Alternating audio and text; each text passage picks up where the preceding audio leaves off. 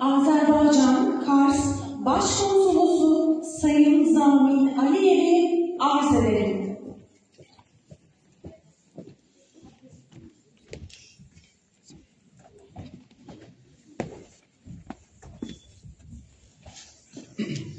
Sayın Valim, Sayın Değer Telefon, Ziya Bey, aziz soydaşlar, güzel gençlerimiz, bizim güzel babalarımız. Çok sağ olun ki bugün burada ayaklarınıza sağlık gelmişsiniz ve bizim derdimizi görüşürsünüz. Şimdi gençler burada gördüm ve esas biz Türk milleti olarak bizim hiçbir milletle düşmançılık istemirik. Yani biz herkesten iyi olmaya çalışırıq. Ama tariximizi de unutmak lazım değil. Bu esasen de bizim gençlerimize ait. Yani tarihte kim ne yapıp o her zaman bizim aklımızda olmalıdır. Ama yine deyirəm, düşmançılığa ihtiyacı yoktur. Ama tarih her zaman unutulmamalıdır. Kim ne yapıp her şey. Çünkü tarihi unutulan bir millet biraz zor olur.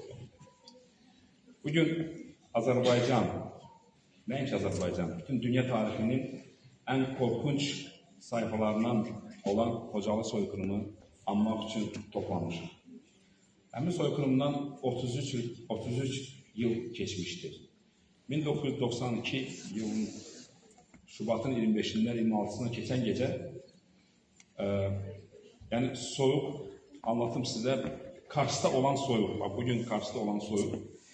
O soyuqda Ermənistan Silahlı Qüvvətləri Xankəndidə yerləşən Sovet Birliğinin, Sovet İttifaqının 366. alayı ilə birlikdə Xocalıya girmişlər.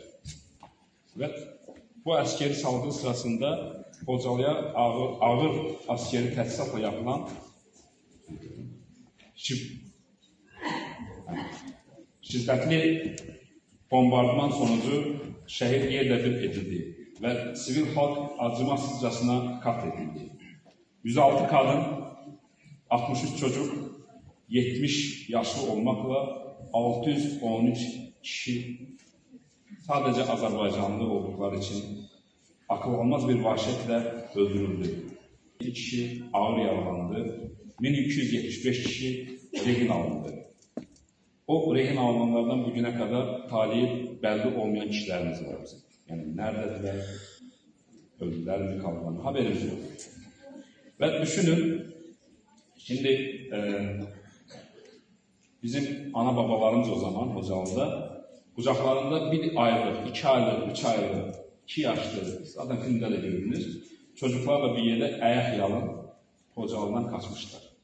Ve size coğrafi olarak diyeyim, Xocalı gelir, sonra ortada Askeran var, sonra Ağdam var. Bunlar Xocalı'dan Ağdam'a gelməlidir.